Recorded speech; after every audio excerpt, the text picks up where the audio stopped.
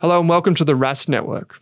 What you're about to hear and see is limited to general financial information only. Please be sure to speak to your financial planner or refer to our financial services guide available at rask.com.au/FSG before acting on the information. Karen, thank you for taking some time to join me.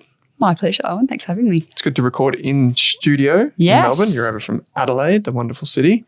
After our roadshow this year, I think it's fair to say that you were the most complimented of all the speakers that we had throughout the roadshow series across all 10 locations. So you did very well. Oh, that's nice to hear. Yes, over in Adelaide to our crowd over there, which was a wonderful night. And so it's my delight to have you here chatting in person. We're going to talk about relationships with money, relationships in general, in family settings, with your partner, how to think about getting people involved in the financial conversation, the big problems that we have as an industry around finance and behavior with money, but also how that impacts things like investing. So we have, give or take, 50,000 people or upwards that listen to this series over time. And that could be over a month, much more over 90 days. So there's a lot of people that listen to this show, and I bet that every one of them have at one point in their lives tried to get someone else into finance or investing or the thing that they're passionate about. So this is the episode for everyone listening that's in that boat, as I certainly am. You spend a lot of your time nowadays, in fact, the predominant amount of your time, as a money coach. You were a financial advisor. You, correct me if I'm wrong, had your own firm in Adelaide as well. Yep. That you had for many years, and you were a financial planner for roughly 17 years? Yep, 16 years. 16 years, yes. Yep. You sat on investment committees, all that type of stuff. And you moved into money coaching, which we'll come to what that is in a moment. But one of the things that I know you do is you have couples come to you and they need help resolving some issues, some tensions, these types of things. But one thing you said to me recently is that oftentimes you primarily deal with women, but men come along as well, that when the woman and the man come along, oftentimes the woman can drive it, come to you and say, hey, this is who we are, this is what we want to do, this is where we're at. But the woman can sometimes assume that they're not the one maybe that needs to do a lot of work. So can you maybe let's just start there, unpack that, and we'll just see where it goes. Yeah. So because my business is called Women Talking Finance, I attract a lot of women, but I do coach men individually and, more importantly, as couples. And so when women initiate, okay, we've got some money challenges here, we need to go see Karen, they automatically think that I'm going to be on their side of the argument. And I think this comes from a sense of maybe loyalty or support towards our gender, being females, and that perhaps we have shared perceived experiences and challenges. But it's not always the case. And what I typically find, I would say 90% of the time, is whoever's initiated coming to see me because they want to resolve some of their issues in their relationship, it's that person that ends up sitting in what they would say the hot seat, and we're actually unpacking their challenges and relationship with money more than the other person. And so sometimes it'll be the male that will come and initiate it and say, Karen, I know that you're specialised in dealing with women. I really need to get my wife on the same page, or these challenges are coming up for us as a couple. And so I want you to work with us. But then it's that person that's sitting there that when we actually unpack it all, they need as much help and support in terms of unpacking what they're challenged with internally as much as their spouse. I love these quotes of a book that you sent through to me, a snippet. One of them was, whenever the doorway to any subject or issue is closed or off limits, we remain trapped on the other side. And the author, I can't remember her name. Deborah Price. Yes. She talks about how, I don't know if it was her experience or one of her clients' experiences, where went through a long time and got married, and the partner, the male in this case, had gone for such a long time without getting married, had a lot of relationships, but didn't get married and didn't commit to someone until he was 50 or so. And there's this line in there, which I thought maybe we could just talk about, which is, for the first time I felt I was with someone who didn't expect me to be the one to fix her or make her life okay. I didn't want that job or to become the person who somehow disappointed them. You were different, you know who you are, and take responsibility for your own happiness. And there was another quote there from her. So that was the man talking. Yes. And then from her, it was, it's not your spouse's job to make you happy, it's your job. And I like that line because so many people, when they go into a relationship, they just don't know how to deal with happiness as a subject, let alone like for themselves or for someone else. They just don't know how to deal with it. And money just seems to complicate the situation because we come into the relationship with preconceived ideas, but also finances. We don't know how to share. I guess, what are some of the common themes that you see amongst men in particular? We'll talk about the other side of the ledger in a moment, but men in particular that you kind of frequently see them kind of dealing with those stereotypes or challenges. Yeah. I'd first like to just start off by unpacking those extracts from Deborah's book because I think they're really important points around we tend to come into a relationship, I'm one half, you're the other half, and together we make one whole. That's the wrong approach. It's got to be I'm a whole full person, you're a whole full person, and we come together as a couple. And I think that is a bit of a trap because then it's about we're looking for someone else to provide our happiness. We're looking for someone else to provide our financial security.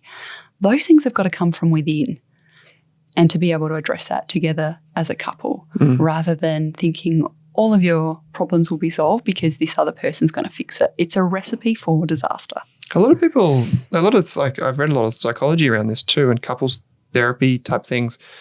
And they show that, you basically have to re-fall in love with your partner if you've been with them for a long time because you can go through this motion where you feel like you're not changing as people, but you are unless you talk about them, unless you're open with them. And that also starts with yourself, right?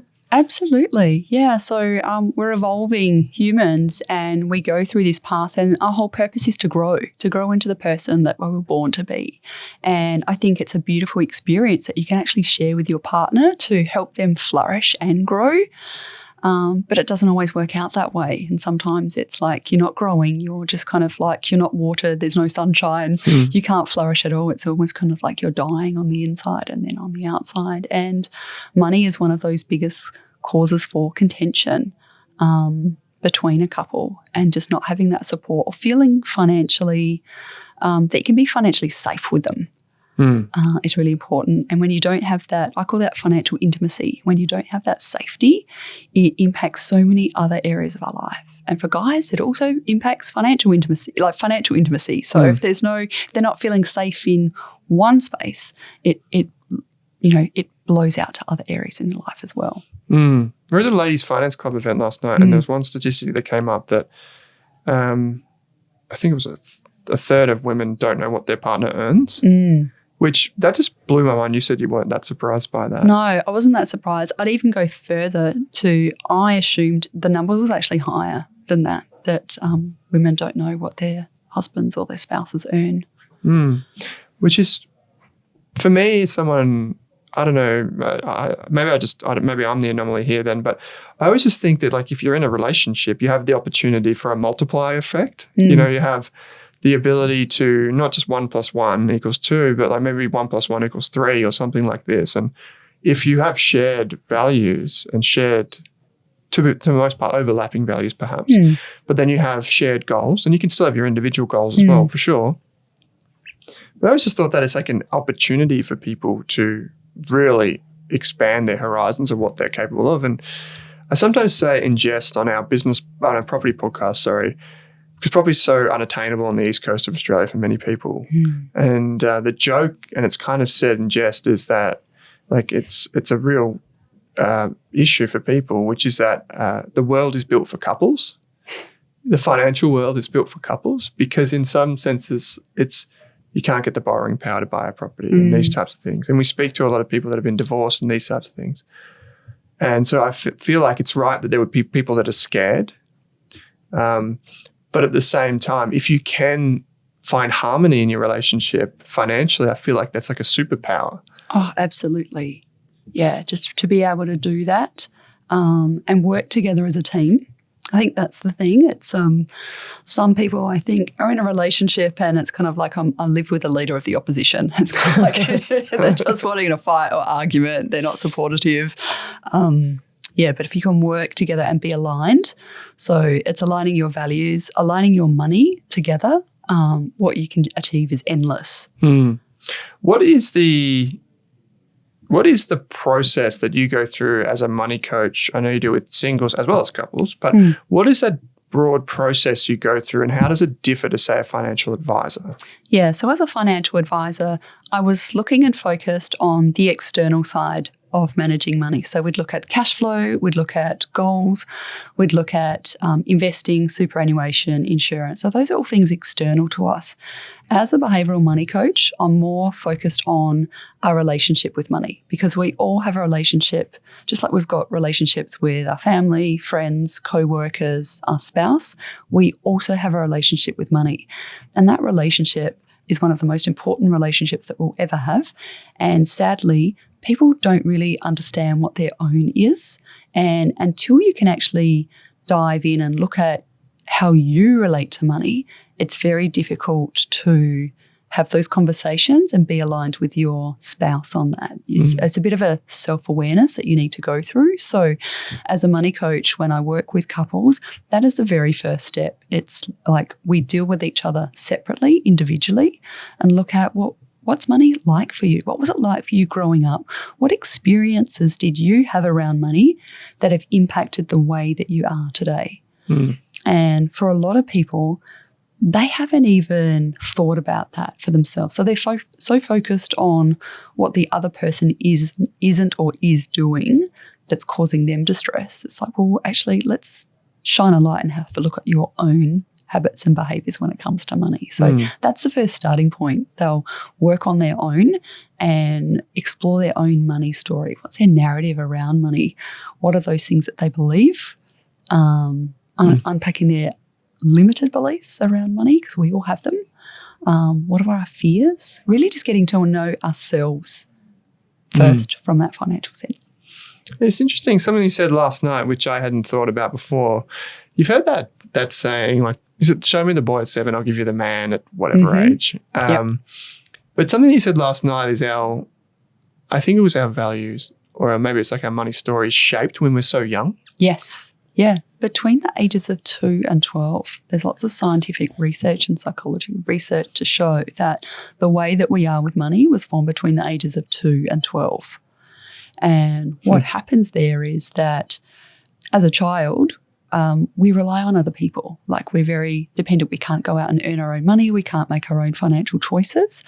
And so when we have experiences that I call them money traumas, and that could be like a really small, what we might feel as insignificant money trauma, but it has a significant impact on us.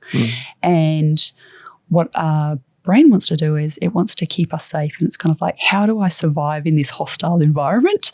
And it might be that, well, my way of coping financially is to just be a really good boy or be a really good girl and kind of stay under the radar. Don't ask for anything because mum and dad can't afford it, and if I did ask for something, it would cause an argument, and that would mean that my home life is not as good. So that's their behaviour. It's like, I just won't ask for anything.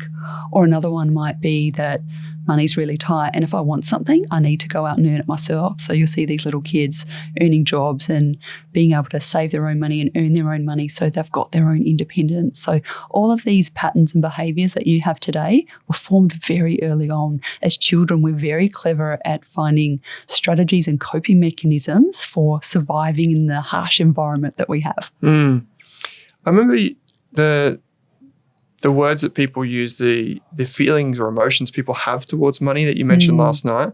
That was really interesting, like feeling guilt or shame. Yep. Is just so common.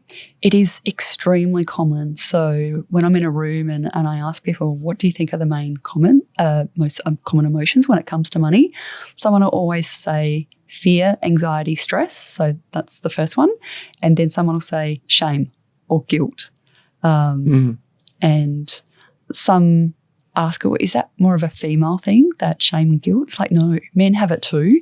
They just don't show it out or express it, but a lot still have that as well. I imagine for men, some of the, I guess it's kind of like you feel inferior if someone earns double the amount of money to you and you think, well, I work just as hard as that person, or I do this or I do that. You kind of feel like you're worth less, if that makes sense. Yeah. And so that may, and that's perhaps one of the reasons why a lot of men don't like to talk openly about money. Yeah. Is because they find that maybe that comparison trap or something like this. Yeah.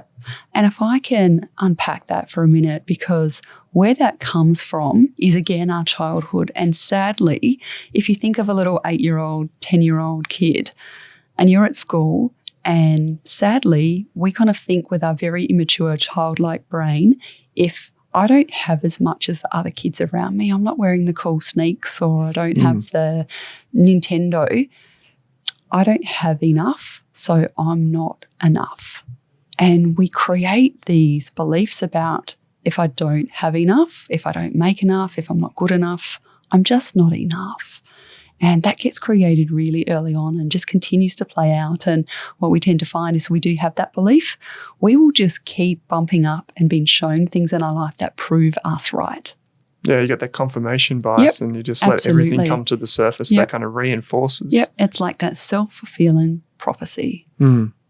So then if you're dealing with people through these, I would say like a transformation, like you work with couples and whatever, are there any things in particular that people should come to you with, or even if they try and solve it in their own time, what are the types of approaches? I'm thinking of like mindsets, or you talked about vulnerability before.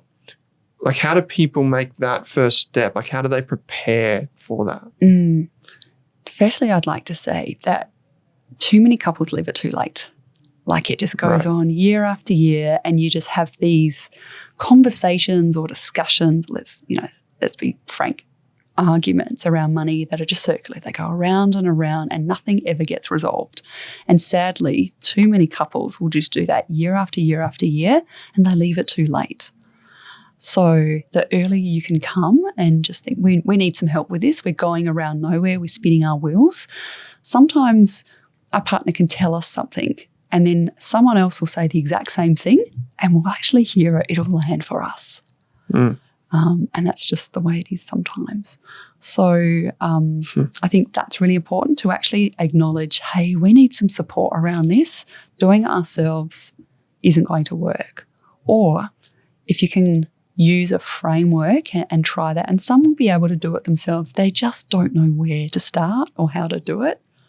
So let's kind of go through what. Yeah, so you would start with that kind of like that insight of like, what is your kind of origin story with money, and what's your earliest memories, and then what are the most prolific memories? Is that where you start? Absolutely. So we were talking before about our money story. We've all got one, and it's about doing your own work, sitting down on your own, and what was money like for me? What was my earliest memory? Was I 5 years old and I got school banking? I used to get canteen money and I just loved it, and I'd buy my friends stuff at the tuck shop or whatever that was. Then what's the next memory? Getting Christmas money, but I feel like I didn't get as much as everyone else did, or it was like, what are the events or the experiences? What was my reaction to that? What emotion come up for me around that? And just keep going through year after year, the year that you can remember. So my first job, pocket money, whatever it was for you, moving out of home, did I share accommodation? How was the bill split? How did my parents talk about money? What was okay to buy but not okay to buy? What are some of the language that you heard? Oh, they shouldn't do that with money. Money doesn't grow on trees. Who do you think you are buying that? Like all of that language that comes up with us, when we hear it over and over again, it gets hardwired into our brain. So actually taking the time, and this could take several hours, Owen, to just sit down and just write out your whole money story. And then what you can quite often do is like as you're getting it out of your head, out of your body, onto a computer, onto a laptop or onto a piece of paper, you're getting out and you're looking at it from a different perspective and you're rereading it and going, wow. Yeah. And so two things will come up. One is because you hadn't thought about it, these things, these memories sit in our subconscious part of our brain. So we don't have like a real awareness to it. It can be invisible to us, but we actually go through this really powerful exercise. Then you're seeing it out in a different perspective and you go, oh, so that's why I do that. Because it's because of that experience that I've had. And it can be so empowering and eye-opening just doing that exercise, that one simple exercise. Get it out, write some words down, go on with your day. A couple of days later, go and write some more on there and just kind of like make it an exercise that you do over a week. Maybe it might take you a month, but just writing it all out there is so powerful. So if that's the individual's work that they should be doing or we can do at any one time, how about if you, like this is maybe just too early in the conversation to ask this question, but how about if you wanted to do that and your partner doesn't want to do it? Yep. Is there Then a way around that? Lead by example. So the next step, after you've done that exercise for yourself, then I bring couples in and it takes a couple of hours, but I ask them to read their story to the other person. It's like, and they've got their kind of like it all written out or on their laptop and they're reading it to me. It's like, don't read it to me. Read it to your spouse. Like look at your spouse and read it out to them. And that is so powerful. So you've got one that's engaged and wants to do it and the other one doesn't. Just do it yourself and just say to your partner, hey, I've gone through this exercise and I really want to share it with you. And I bet that you do that and you be open and honest and vulnerable, it'll just open the other person's heart up and they'll want to be able to reciprocate that with you. So you kind of like it's that comes back to that vulnerability, right? Yeah. Like, you have to want to be vulnerable with someone. And I imagine some people, that's a big part of using a coach like yourself is that you have someone there in the room who's like the kind of moderator in a way, like the kind of person that facilitates. Yeah. I kind of like to call it I'm holding space because in order for us to be vulnerable, we need to feel safe. And I get that if you've had years of badgering or why haven't you done this or can't you just be this way, when you've got years and years of that, you just don't feel safe. And so what I do is I create an environment where they feel safe and supported and it's amazing what comes out as a result. When you put this out, this idea of like what's one of your earliest memories, I think for me, the most kind of like obvious memories for me around money would be like family arguments and these types of things about money. Yeah. They stand out in my mind as some of the earliest memories. And trying to trace those roots through to like how I make a decision based on that kind of legacy feeling today is really interesting. So once we've done this and we see like, okay, I'm clearly influenced by maybe this memory, X, Y, and Z, what's the next step? Yeah. So, Owen, I'm curious, growing up and you hearing your parents arguing about money, what was that like for you? Well, it was pretty traumatic because, I mean, it wasn't always about money, but you would just hear these things. And I'm trying to reconcile. I think the hard part for me is trying to reconcile, well, how do you connect like what that was like with then how it impacts me today? And I think one of the things that I realize is that having not much money growing up now makes me more comfortable not having a lot of money. It's a kind of weird twist of fate where it's like I'm desensitized to having less money in, say, my transaction account or less money in my emergency fund. Whereas if you talk to, say, my partner, she would say that she wants much more money in those accounts at any one time. Because that's what she's familiar with. And mine is very different. Mine is like, I'm used, like back in the day, like I'm used to having like no money in the bank accounts, like when I was growing up, right? Like not just mine, but like family bank accounts. And so for me, it's almost like that is the baseline, if that makes sense. Whereas her baseline would be a lot higher in terms of the money that she'd expect to see, to think that it's a healthy balance, if that makes sense. Yeah, yep. I see that quite often. We have different perspectives on how much is enough. And they do. They go back to what it was like for us growing up, because we all have this invisible container for receiving, or how much we feel comfortable owning. And that when we kind of want to break out of that, it can be very uncomfortable. Like, it can be done, but it's kind of like you're in that comfort zone. Like, we all have this invisible financial comfort zone. It's kind of like, well, if I earn more than that or I grow more than that, it feels very unfamiliar. And our brain does not like unfamiliar. It wants to keep us in what we're used to. So it makes perfect sense that, hey, I'm actually comfortable not having a lot of my bank accounts because that's what it was like for me. That is your comfort level around your bank account with that. There might be other areas where you've grown and pushed out of that. But for that one, it's not a big one for you. Yeah, it's interesting because, like, once you put it down on paper or whatever, and then you reflect on it, you give yourself some distance, you can actually begin to appreciate, like, what is we had recently, I spoke to Shane Parrish, who's this great guy in terms of thinking around mental models and these types of things, and like having frameworks for thinking about problems. And he talks a lot about like default behavior, and your default behavior should push you towards the person you want to be. Yeah. And a lot of people's default behavior is triggered by that kind of like monkey brain reaction, which is based on those experiences, right?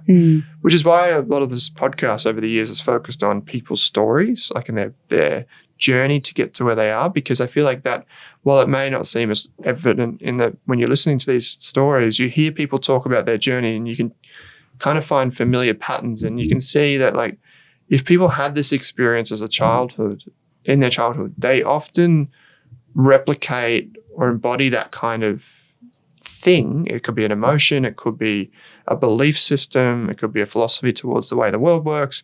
You tend to see that play out later in life. Yeah, absolutely.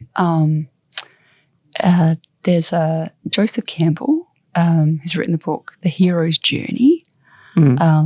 We all have a journey to go on, and you'll find a lot of really profound, popular movies will have that formula of the hero's journey. And if you kind of think of, I love Keanu Reeves' The Matrix, when he kind of has that journey, he has this awakening where it's like, okay, things have got to be different, and you go on this quest and you come up across all of these obstacles and challenges, and then this mentor will come in at the right time and help you, support you through that, and you go through the battle, you fight it, you come out the other end a better evolved person. I believe all of us have that hero's journey to go on. You look at Star Wars, like there's so many, those movies and stories are so popular and we can relate to them because as humans, we've all got our own journey to go through. Yeah, so true. So how do couples in particular deal with conflict when it comes to these stories? So say, for example, like if we just take the cliche personality types, like a spender and a saver. So someone that likes to spend money and is happy to do that. The other one's a saver and wants to accumulate wealth in a bank account. How do we navigate that? And this is just two very simple examples I've given you. But like, where does that process begin? Yeah, so that process begins once you've read each money story, and you can kind of see what your drivers are, why you do what you do with money, and what's important and why it's important. You've got a really deep awareness and understanding of your partner. It's kind of like, it's crazy how we find it really hard to have financial conversations, but we're happy to get in bed naked with our partner. But financially naked is like, whoa, no, we just don't go there. So by actually sharing your deep, intimate money story, it's like more uncomfortable than being completely naked in front of with the lights on. Yeah. So I get that it's really uncomfortable. But going through that process, you'll connect on a much deeper level with your partner, and your heart will open up, and it'll be a very different space that you're coming from, which creates the opportunity for how can I support you? How can we kind of find a middle ground here? Because that's what it's all come down to. Like, I think in a relationship, you can be right and your way's the right way, or you can be happy and you get to choose. Like, yeah, that's a good point. Yeah. It might be the most rational way to put your money over here and do this thing. But yeah, it's not always the right outcome for your relationship, is it? And I guess that's the thing. Relationships take work. They do. Yeah. It's like, gardening. I've learned to love gardening. You till the soil, and our soil, if we think about it as human beings, our soil's what we grew up in. So if there wasn't much money around, or we didn't talk about investing, or like my parents didn't even know what investing was. I didn't have shares. I didn't have an investment property. So the soil that I grew up in may not be as fertilized and nutrients as someone else's. So we go through this process of we till the soil and we get, we put some nutrients in there and we give that financial knowledge and we take some experiences, and now that ground is really fertile to grow in, and we start watering it and we're giving it support and we're giving it time. But we can't just leave it at that, can we? Like, we've got to keep watering it. We've got to prune it. We've got to continue managing and maintaining it. And our relationships are no different. Our relationships with our spouse and our relationships with our money. We've got to keep at it. Where your focus grows is that's where your focus goes. That's where we grow. So it's about giving it some attention that it needs. So if people get through this part of the process, which I imagine is the hardest part, like getting people to actually think about it consciously, be vulnerable to their own shame or guilt if they have that, and then being vulnerable with their partner, and then getting their partner involved in that, reciprocating. So then you focus on these things. But how do you, as a person who holds space, then, like, say I've come in, I'm sitting there, we've done this, we've got to this stage of the process, and I'm saying, like, you know what, I really want to focus on investing in an investment property. And then across the table, my partner says, you know what, like, I want to go to Europe. And that's kind of like my goal with money. And I know financial planners deal with this too, but you've got a different take on it from the perspective of, like, what's internally important and how can we reshape some of those things and embrace some of those things. Like, how do you deal with the conflicts that inevitably rise? Yeah. So when I look at one person wants to invest, the other person wants to go on a holiday, it's unpacking what's that giving the person. So imagine the person that wants to invest, they're wanting that financial security or safety, or it could be freedom, that if they invest for the next 10 years, maybe that they can work part-time or not work at all. So it's about unpacking what is that giving you. And so for the other person, it's what is the holidays giving them? It's experience, it's quality time. It always comes down to our values. Every financial conversation is a values conversation. And so it's about unpacking for yourself and for your partner, well, what does that mean to me? And what are some other ways that you can experience safety and freedom and security that doesn't have financial consequences? And the same on the other side. What kind of things can we do to create experiences and connection and fun time together that doesn't have financial consequences? And starting there. But I think it's about how can we meet in the middle? Yeah. We've got to be in the middle.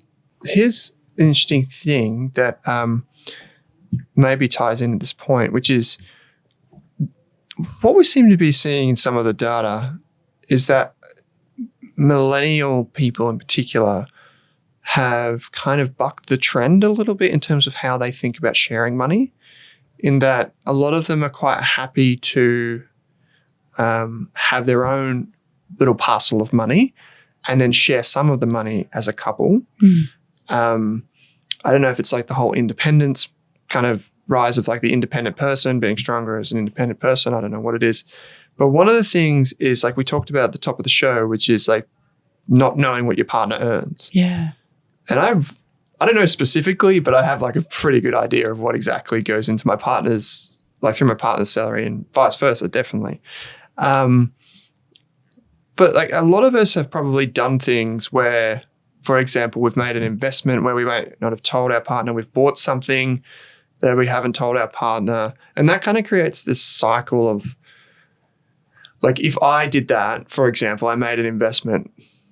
Like, so I did make an quote unquote investment, Karen. I bought an NFT or a few NFTs in COVID, just as a bit of fun, because I think it's a joke, to be honest. And I didn't tell my partner. She doesn't care that I did that, by the way. But so it was never going to be an issue. But like, had it been like $60,000 and not $600, and that's what I paid for my NFT, it's now worth about $5. But if it's worth anything, worth is probably the wrong word. But like, had that been $60,000, right, and then that thing went to $60 or whatever, and then that kind of, I'm now hiding something from my partner. So on the one hand, I want to have independence in the way I manage my money as an individual, because I'm an individual person. And a lot of this new generation, including myself, I like to have control of some money myself. I don't hide it. Like, we all see. Like, I see what my partner's doing. She can see what I'm doing. But I do like to have this sense of I'm an independent person in this relationship. And she likes that as well. But we don't want to hide things. So I'm curious how, like, this kind of falls into that framework of, well, we have joint goals. We have, we share things together, but at the same time, we can remain as individuals, if that makes sense. Yeah. I think firstly, that's a great approach, and I see that consistently too emerging. I think we need to take financial responsibility for ourselves, whether relying on someone else or it's someone else's responsibility. And I tend to see that playing out more of the traditional gender biases, like, well, the male manages all the money and they've got all the financial responsibility and I'll just be taken care of. And that can be vice versa as well. But it's got to be, you're your own person and you need to take your own financial responsibility. So I think that firstly is just saying, hey, like, my financial stability and management isn't my partner's responsibility. It's actually mine. Yep. And coming out from that. So I think that's the first step there in regards to that. I think that's really important. After you've decided that, yes, we're going to take our own financial responsibility, the next is around setting a framework and guidelines for, well, how much is enough, or what dollar limits do we want to set that we're going to check in with our partner before we do that. So whether it be before we invest in something, before we sign a contract for something, whether it be an insurance policy or a phone contract or whatever it is, or we want to spend money or book a holiday, we've decided together that this is the amount where, hey, I've got autonomy, not going to run it by you. I've just got the freedom and flexibility to do that without bringing it to you. But then we've got a limit that we set, or certain items that we're committing to financially that, hey, this is important. This could impact us both in the future. We're going to check in. So just setting those together, and they're going to be different for everybody. Like, everyone's got different scales as to what needs, like, some buy-in and some check-in, and just like, yep, I'm happy with that. Or can we discuss that further? How about if we maybe not do that much, or we kind of compromise in, well, let's put some money in these shares, but I'm not really comfortable with that other part of the portfolio that you're considering. So the other person's got some say. And I think having those conversations with another person, they're bringing a different perspective as well. It's like, oh, actually, yeah, I didn't think about that. Glad you raised that. I feel like just having the conversation probably means you're 90% of the way to a resolution. Yeah. It's the people that maybe don't have any conversation at all. But that's probably the hard hurdle. I know for us, like, we definitely have, like, those bumper bars in place, like, or like guide rails. So, like, I just can't go and invest an unlimited amount in something. That would be craziness anyway. But we have this amount of money. And it's actually been really interesting what I've noticed since we've been doing that only this year, since we've had our own little pot of money. It's only small. It's like $1,000. Since we've been doing this, my buy-in to the team budgeting, so to speak, has been like 4 or 5 times what it was previously. Because in the past, like, I've been budgeting for years as a person with a finance background and growing up the way I did. Like, I always had, like, the fine-tooth comb over the budget, right? But I think my budget almost needed a check-in, like the way I'd lived my life. And I just needed to realize that as a team, like we kind of just got into this motion of things where there was like inertia pushing us through time. And I hadn't really stopped to think, like, does this need to change at this point in our lives? And it definitely did. And once it did, it actually was so much better for us, for both of us. And it made us both feel independent and strong and also buy in with the budget. Because all of a sudden, like, the fund money's on the table and we need to make sure that that's still there for both of us next month and these types of things. And that was really interesting. But it also gives rise to this other kind of like the shadow side of that, like the dark side of this world, which is people hiding money from each other and that type of financial abuse, which is incredibly prominent. Like we were just talking off air, the ABS, the Australian Bureau of Statistics, did a study and basically found that 1 in 7 women were exposed to financial abuse and about 1 in 12 men to some type of financial abuse, which could be not telling your partner about accounts, taking out a policy in their name, all these different types of things. Yeah, I've seen some shocking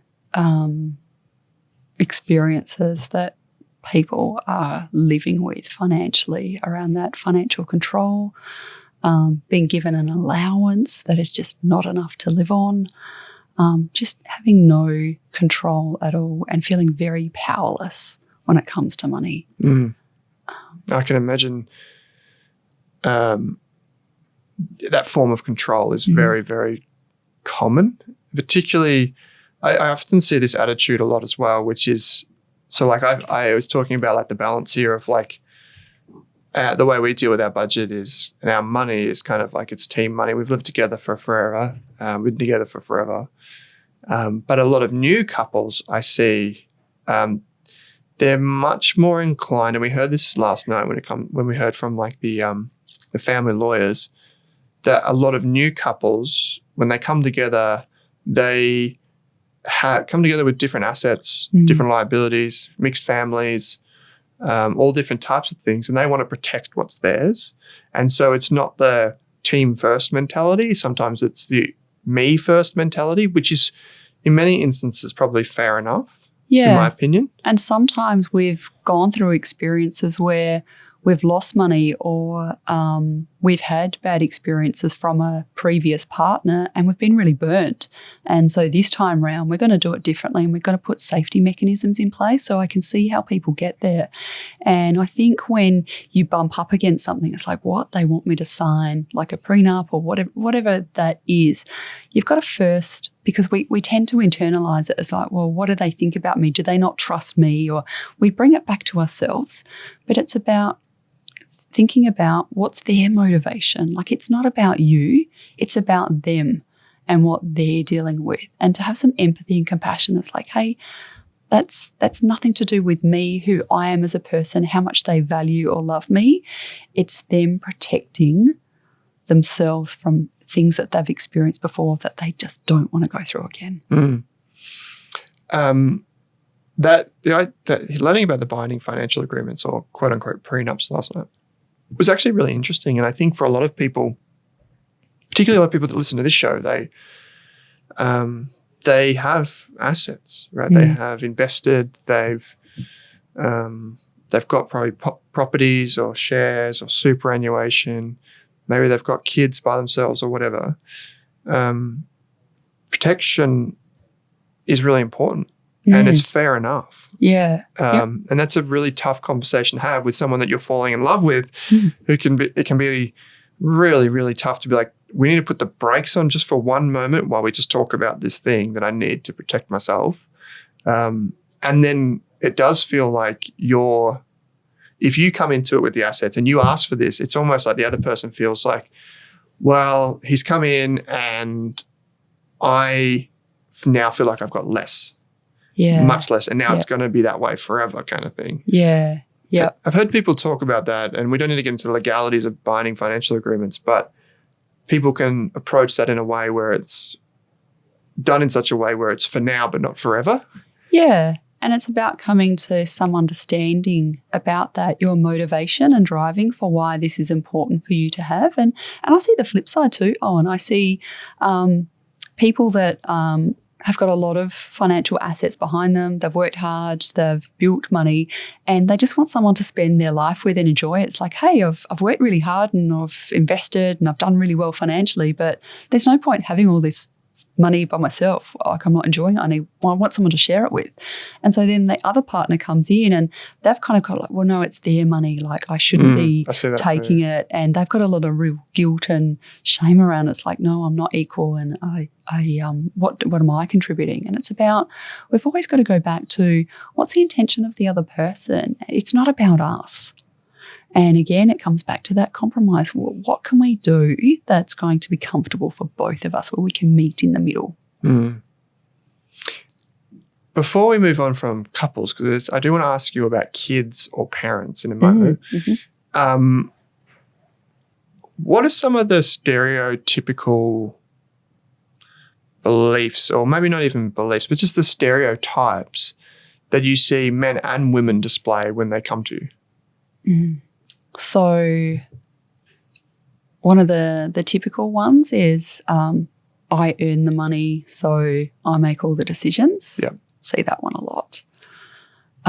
And particularly when the other person that's not earning the income, they might be fulfilling other roles in the relationship, like caring for the children and raising the children. So they're not got that ability to make those financial contributions, but they're making contributions in other ways. It doesn't mean that they should be less in terms of the decision making when it comes to that.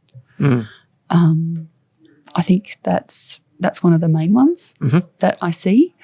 Other stereotypical ones are same scenario again. You've got one primary income earner and the other one's home looking after the children, or perhaps not working, and they're out there spending all the money, while the other person, as soon as it's earned, it's gone. Yeah. And that dynamic playing out as well, and that creates a lot of resentment for the person that is earning the money.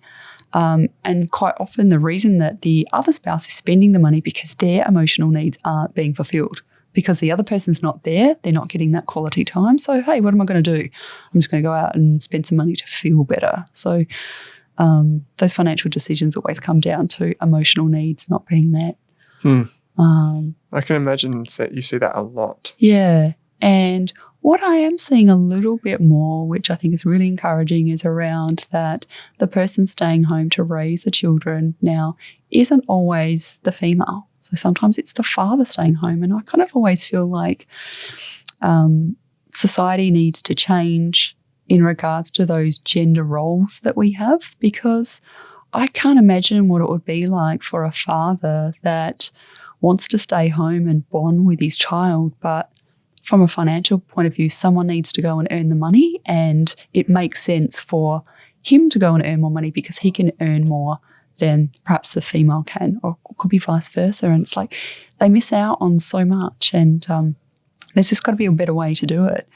And I think when my kids were little and growing up, and I've raised children on my own mainly, but, when I'm at the schoolyard picking up the kids and there's that one random dad, and he kind of feels a little bit isolated from the mums, and he's always the first person that I go over, and always my favourite parents have been like the dad that's there, and because I do have more, sometimes a masculine energy too. So, and it is about that feminine and masculine energy. Just because you're female doesn't mean that you've got the feminine energy. We can quite often have that masculine energy. And it's just about bringing them into the conversation because they've got their own stuff going on as well. I think it's really important for couples to help them be the person that they want to be, whether that's they're staying home with the kids or they're out there earning the money. But sometimes we're just pushed into these roles that we're not comfortable with. And it creates a lot of tension year after year of being in a place where you don't naturally want to be. I love seeing that because as a financial person, I'm like, well, whoever makes the most money and wants to do that thing, then let's prioritize both of those things in tandem. How can we make the most money while also living up to the expectations that we want for each other and for ourselves? The other thing that I wanted to talk to you about is not just the intimate couples and your immediate partner, but also friends, family, and particularly kids and parents. Because during the roadshow series that we did, AI was definitely the most popular thing that we talked about on the road. 2023 will be known as the year of AI investing, but from basically every other question revolved around partners, parents, children getting involved in the conversation, because we basically we've led everyone to believe in the Rask community that it was okay to misrepresent what they were actually taking their partner to and to convince their partner that they were just going to the pub for a drink or something like this, when in fact it was a finance event. And so we got a lot of questions naturally about, how do I talk to my children? How do I talk to my parents about money? I think you start off by asking, I'm really curious, what does money mean to you? Because money is just a medium of exchange. It's a very rational, logical concept, but us humans, we're emotional beings. And so actually I'm curious, like, what does money mean to you? And so for some people, it's like, it's really important. Like, you've got to have it's a really big focus for me. Whereas for other people, it's kind of like, it's a means to an end, or it causes friction and problems, or there's better things in life than money. We all have these money scripts that go on in our head, or beliefs about money. And if you're wanting to engage someone that is completely disengaged with money, you need to understand what their map of the world is when it comes to money. So asking them that question, what kind of responses would you expect to hear? You get everything, like every kind of spectrum. So money's the root of all evil. Yeah. You hear that one. Yeah. I feel like there's a stereotype that goes along with that. Is that person who says that is probably the person that doesn't save a lot? Maybe. Yeah, it can be. It can be. And I see people that save too much. They don't actually enjoy money because they are so focused on growing it, on earning it, on managing it. There's no fun in their life. Like, money to them is you accumulate it and you don't actually get to enjoy it, which can be really sad. So, or money is kind of like, money's there for fun. It's just, they're the complete opposites. Like, it's just there to be enjoyed. We heard, Molly said, I thought earning money was there just so you spend it and have fun with it. So we need to understand what money means to someone.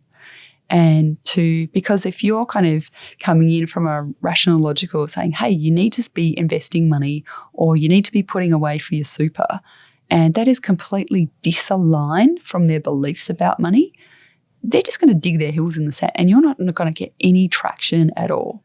So again, it's about understanding, what does money mean to you? And that is going to give you so many insights. And then you use that meaning to kind of move around and help them be another way. So we could role play it. So I'm curious, what does money mean to you?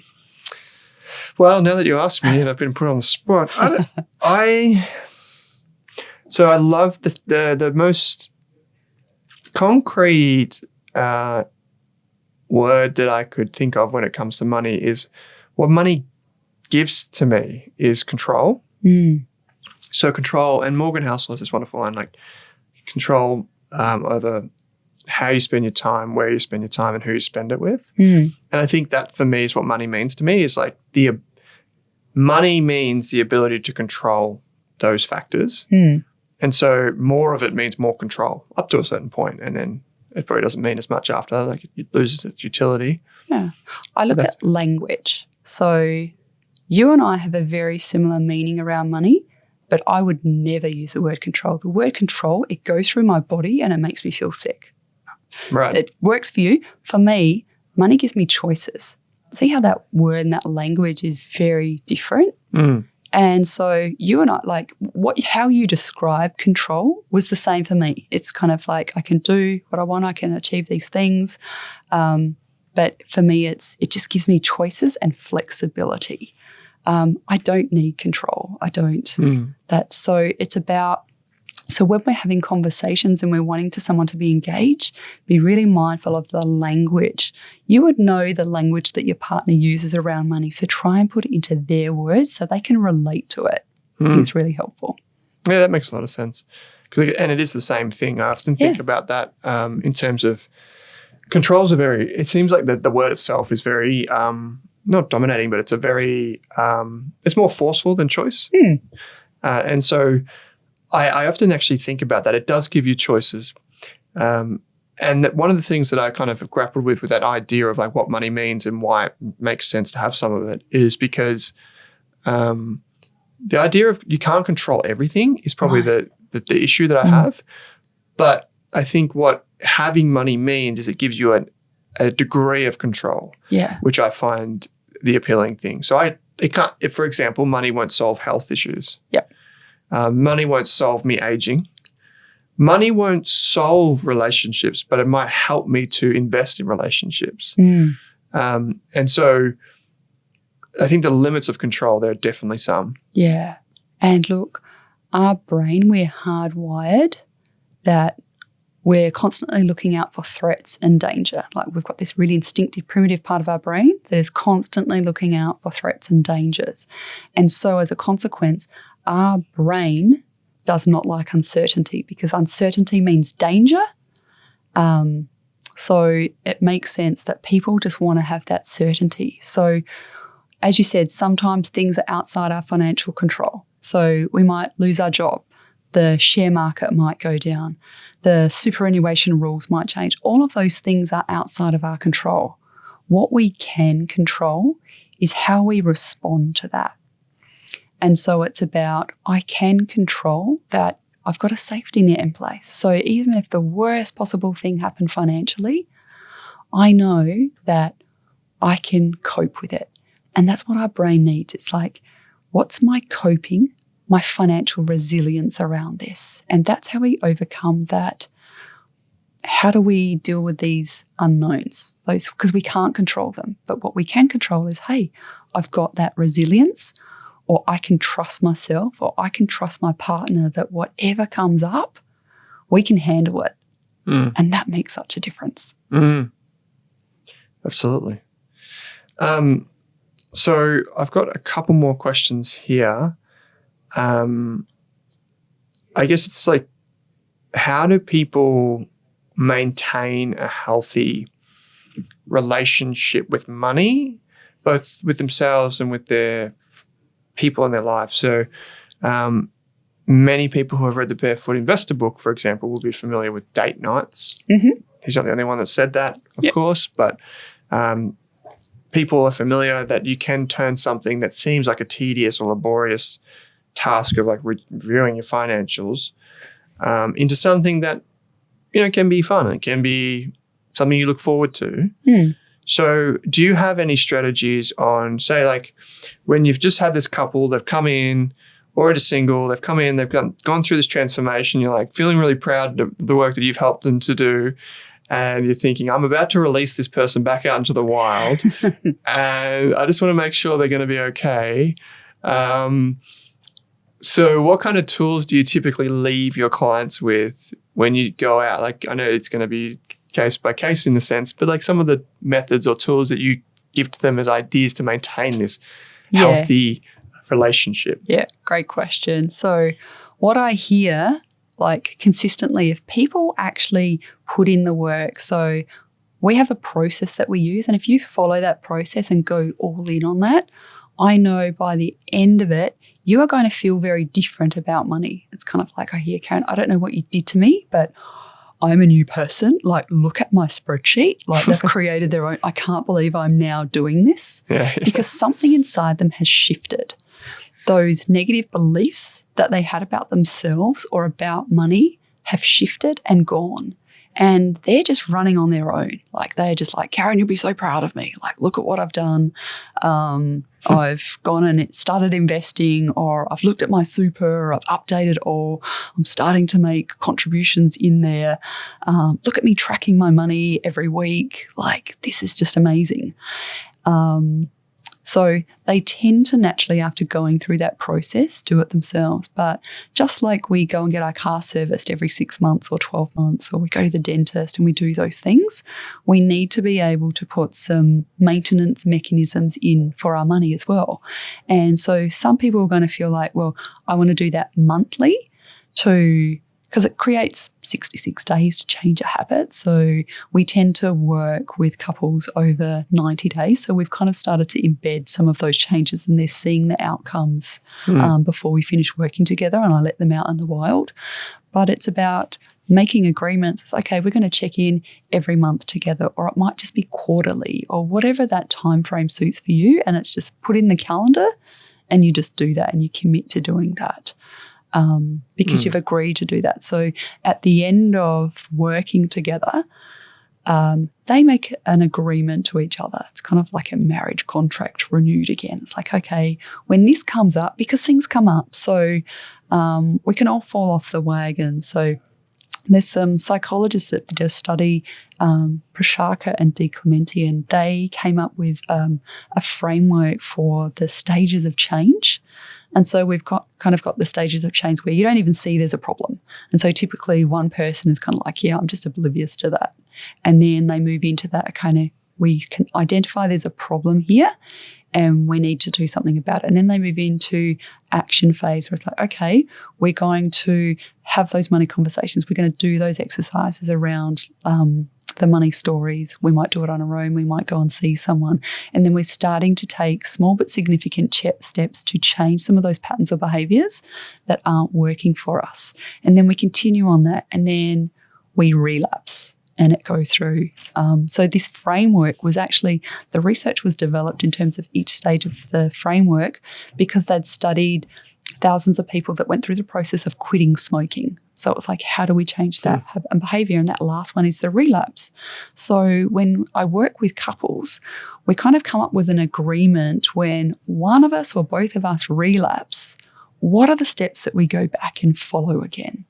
And so if we create that in a space where we're in a good space and we've decided, hey, we're going to do this, then you just bring out that agreement. It's like, hey, we both committed to this because we decided it was important for us, for our relationship and for our finances, and get them back on track.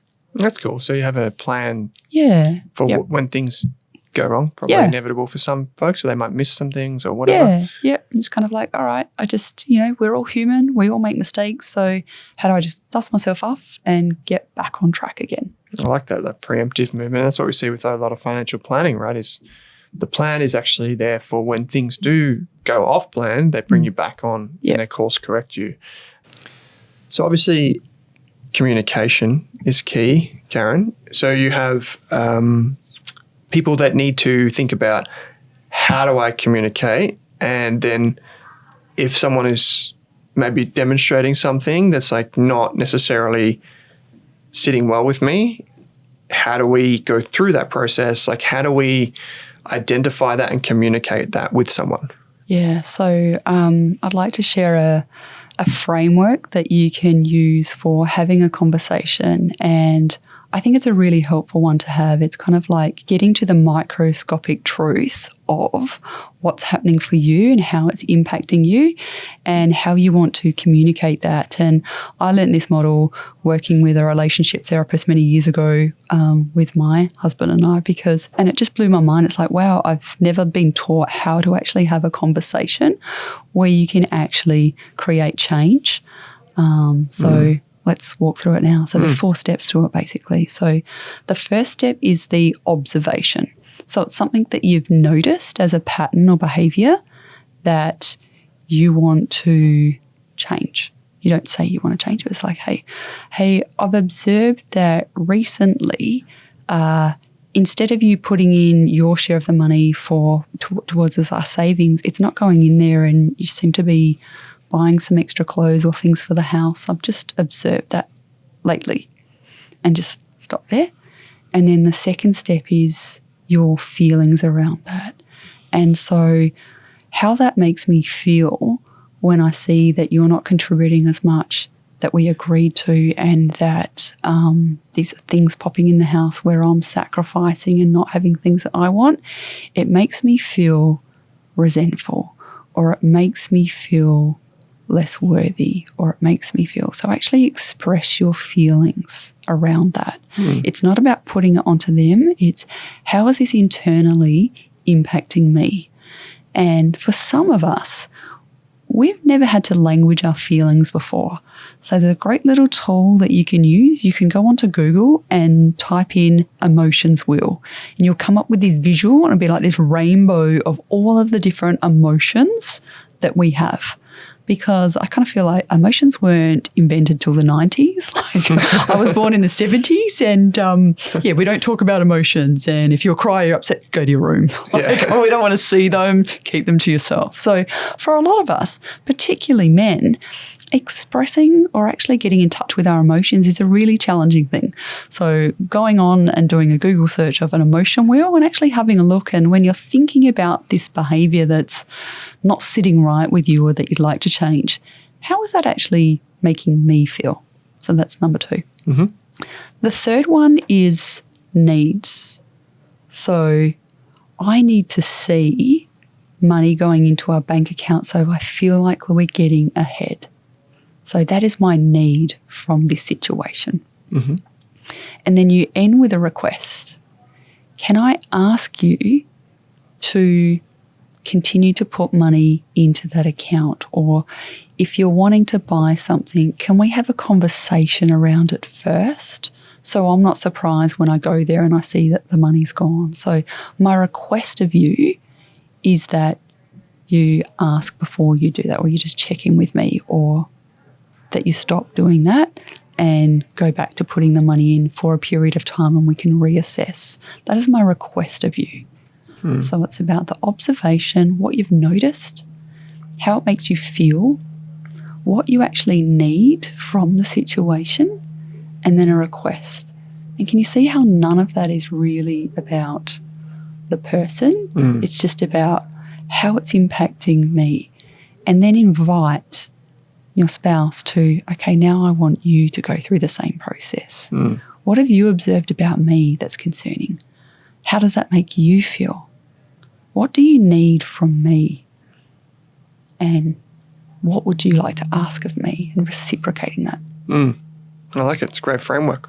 Maybe I did want to ask you one question, which is more for you to bring as sort of like an example or something to the table of where you have this before, during, after kind of transformation, just to really hit home what it means to go through this process, and for someone to hear the story of, obviously, maybe like a client story you might have that you can anonymize or whatever. Someone like before, how they feel and like what the impact was. Yeah. So I'd like to share a couple that came and worked with me, and I see this theme quite a few times actually. So she gave up her dreams in terms of what she wanted to do for work.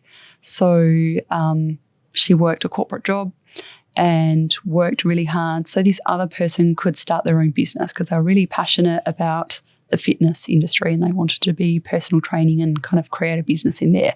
But as you know, those small business owners out there, when you're starting something, it takes a bit of momentum, and you quite often don't have that financial support or that income coming in yet. So the agreement was that she worked in this corporate role for the next 2 years, earning the income, supporting the family until you got your business off the ground, and then she got to do what she wanted to do. 3 years down the track, she's still in a job she hates, not getting to spend as much time with her children, and the business hasn't gone where it was supposed to go, and there's the financial results weren't there, and she was still needing to work in this job. So they came to see me because they just weren't in a good space about, she's feeling resentment, she's feeling anger, and what do you think he was feeling? Shame. Yeah, shame. Guilt. Yeah. A failure. Yeah. So he was very much, I just don't want to deal with it. I just dig my head in the sand and she's kind of like, this has got to change. So we went through that process where they read out their money story to each other. And the thing was, they'd been married for 14 years and they both learned new things about each other. Yeah. Yeah. And I see that quite often. Some couples will be like, yeah, that's not a surprise. I kind of knew we'd spoken about that before. But for most couples, it's like, wow, I didn't realize that you went through that. That must have been really challenging for you. I'm sorry that happened to you. And I just want to acknowledge that you came through that the other end, and I'm so proud of you. And sometimes just hearing those words, Owen, means so much to the other person. Yeah, I can imagine. Yeah, it's really, really powerful. And I feel very privileged to witness that and be there to help create those moments. And those moments create that intimacy and that bond that actually we are together. This is the reason that I fell in love with you and why we're together on this life journey together. So what was the other side of that then, once they went through the process? So they went through the process and they made an agreement that he would now go back into a job that he didn't like. But on a 4-day a week. So he still had those other 3 days that he could continue with his business there.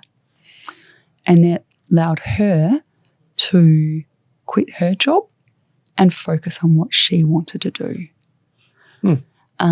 But in order to do that, there was a transition period.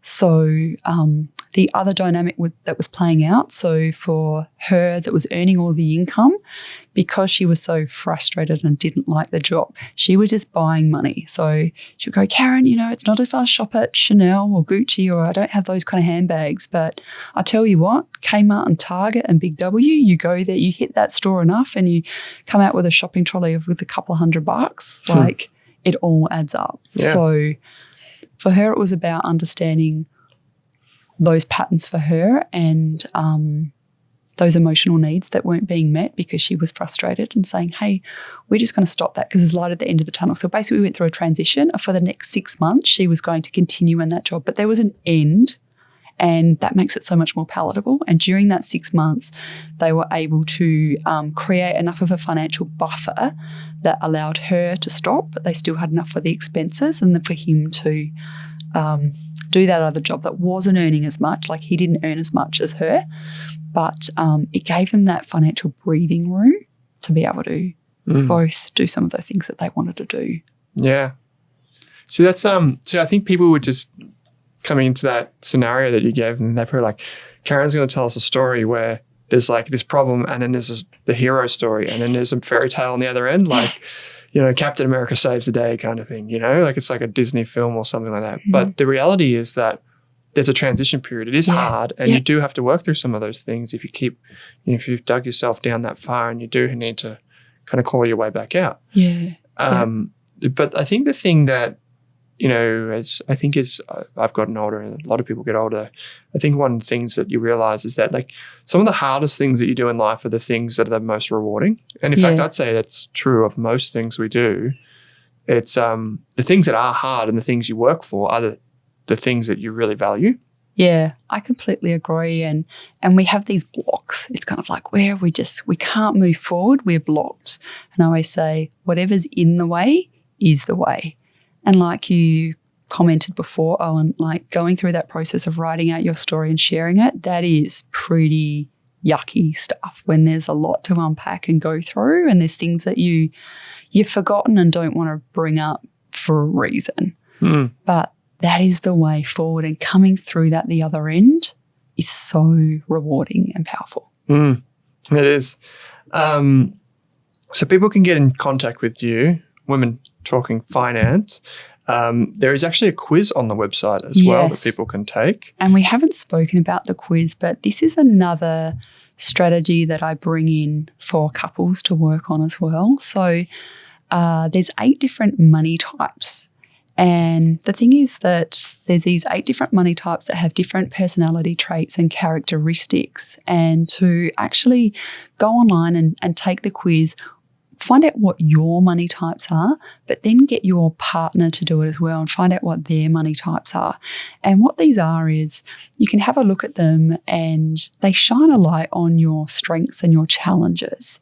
And so when we're working together as a couple, it's not about finger pointing and saying, this is the way that she is or this is the way that he is. It's like, hey, it's their tyrant coming out and they want to take control of the money and they're not going to let me spend it. Or it's their fool coming out. It's like, gee, they're so irresponsible with money. They just want to spend it and, go on these risky investments and just not even think about the consequences. So then we can use those characters or those personalities to say, hey, oh, and I noticed that that your fools come out. Like, can I just talk to your warrior? And your warrior is that money type that's really sensible, goal-orientated, takes really consideration when making financial decisions. What does the warrior want to do today? What would they do instead? Or for the other person, it might be the martyrs coming out, where they're taking care of everyone else's financial needs first. And it's like, hey, Karen, I kind of just heard the martyr speak there, because we can pick up the language. Each one of these money types has certain language and words and phrases that we use. So I think it can be a really fun exercise for couples to do. They can go online and take the quiz, find out what their money types are. They will get back a bit of a summary of what all the different ones are, and they can work with those as well. And so there's two money types that we want to bring out more. It's the warrior and the magician. So it's about supporting your partner. It's like, hey, how can we bring out that magician or that warrior? It's a really fun exercise to do together as a couple. I know when we had you on the Australian Finance podcast with Kate, that we had a lot of the community go and do that, which is just freely available on your website, right? So anyone can do that. And then you can also learn more up there on the website about what Karen does in terms of coaching singles, couples, so on and so forth.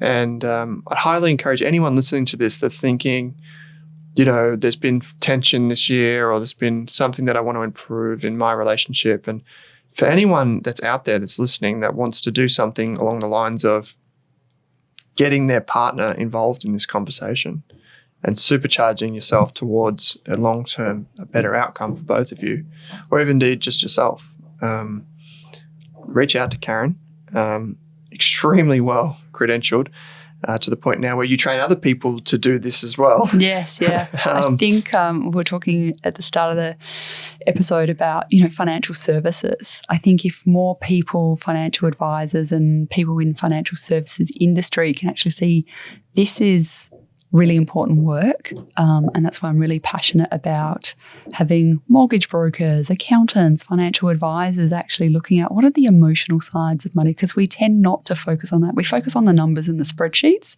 but it goes a lot deeper than that. For sure it does.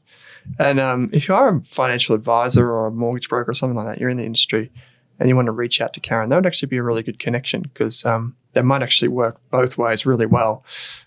So reach out to her. There'll be links in the show notes to the quiz, to the website, and to the other conversations you've had on the Rask Network. So Karen, not over here in Melbourne as a result of this, but I do appreciate you taking the time to take a short trip on the board across Australia to Melbourne, sit down with me and do this. Really appreciate it. It's been my absolute pleasure. Thanks, Owen.